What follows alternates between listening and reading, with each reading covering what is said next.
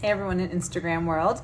I wanted to jump on and do a quick live to share a little bit of information that I have recently learned that I found fascinating. I have been reading a book called Let Them Eat Dirt: Saving Your Child from an Over-Sanitized World. And we are on chapter 5. I've been doing this little book club on Thursdays with anyone who wants to jump on and chat wellness with their kids, about their kids. So this book has been going through understanding the microbiome, what happens kind of in pregnancy and some things around pregnancy, birth, and the chapter that we read today was about breastfeeding. And since it is World Breastfeeding Week, and I have not been on here at all, I've been taking the summer off of social media, but I want to jump on for World Breastfeeding Week and talk to you guys a little bit about some of the things that I'm learning. So the thing I want to talk about for the next minute is an interesting idea that this book presents when it comes to mastitis. So if you are a breastfeeding mom, you have probably heard the term mastitis. Maybe you've had mastitis yourself. This is when milk that should be moving through the breasts and out gets clogged. It usually starts with a clogged duct. So our milk curdles just like other milk does, and when it curdles, if it sits for too long, it can curdle, and that curdle is a clog, and then that clogged area can stop. Not right now.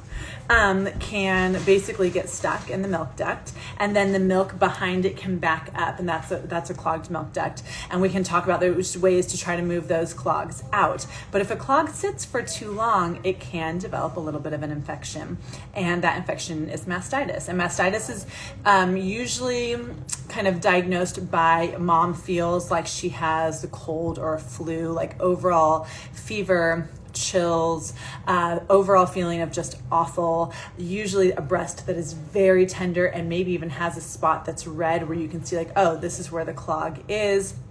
That spot may even be warm to the touch.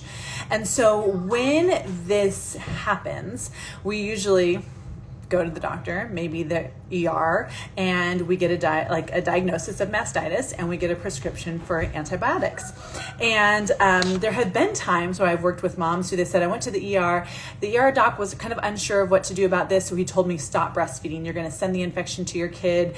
You can't breastfeed you've got to stop breastfeeding. And that's maybe the worst advice you could give to a mom who has mastitis, because the treatment of mastitis is to move that milk. And the best thing we can do to move that milk is to nurse our baby all the time. So when you have mastitis, know that you're not going to pass an infection to your baby.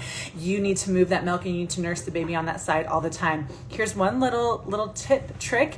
Babies tend to draw from their chin side strongest. So if you have a clog that's over here, you want to turn your baby so their chin is on this side, because they're more likely to move that milk on their chin side stronger. So if your clog's on this side, then you would do kind of a regular cradle hold and make sure their chin is lined up with where the clog is. I've even laid down, if I have a clog on the top here, lay down and let my baby be backwards, feet over there, head over here, so that their chin is facing towards where the clog is. So that's one little thing you can do. But nursing your baby, moving that milk is really important. Now, often we say you got to get antibiotics. This is an infection that's brewing and we need antibiotics. But one of the really interesting things that this book has been talking about, we've talked a lot about antibiotics and there's a time and a place for antibiotics, but there's also a lot of risk that comes with them when it comes to your microbiome and what else is going on in your body when we have antibiotics. The unfortunate thing is that we tend to see a peak in antibiotic prescriptions written and antibiotic use during cold and flu season.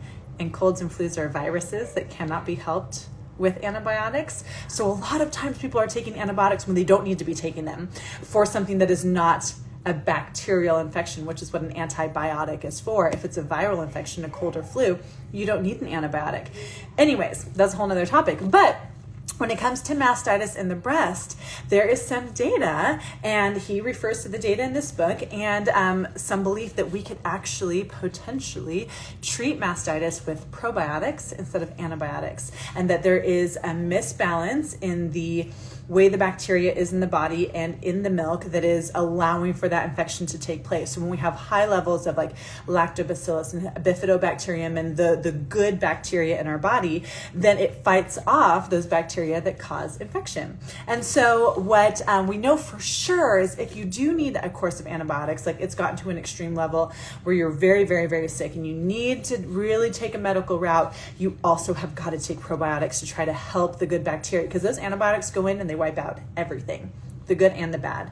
So you need to take and when we say a large dose of probiotics, like double or triple what you would think in order to make sure you have enough probiotics going in. But he had some women, actually a lot of women, I think it was 86%, have success with just probiotic treatment during mastitis instead of antibiotic treatment. So this is really interesting to me, and I think it is really like a great thing to know and to think about if you end up feeling a clog coming on, feeling the beginning of like potentially mastitis, or going, I'm getting a little bit achy, that may be one of the first things that you do is super increase your probiotic load, like double or triple what you're taking. If you're not taking probiotics, you should be, but a double or triple what you're taking.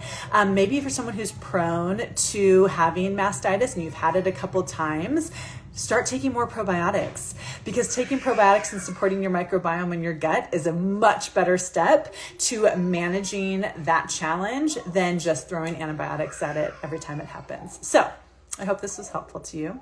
I thought it was a really great little piece of information and advice that I got, and I will definitely be encouraging women to use probiotics as part of their treatment plan, and potentially the treatment plan, especially for early signs of mastitis. So I hope this was helpful. Share it with friends if it was. And I hope you guys have a wonderful, wonderful Thursday.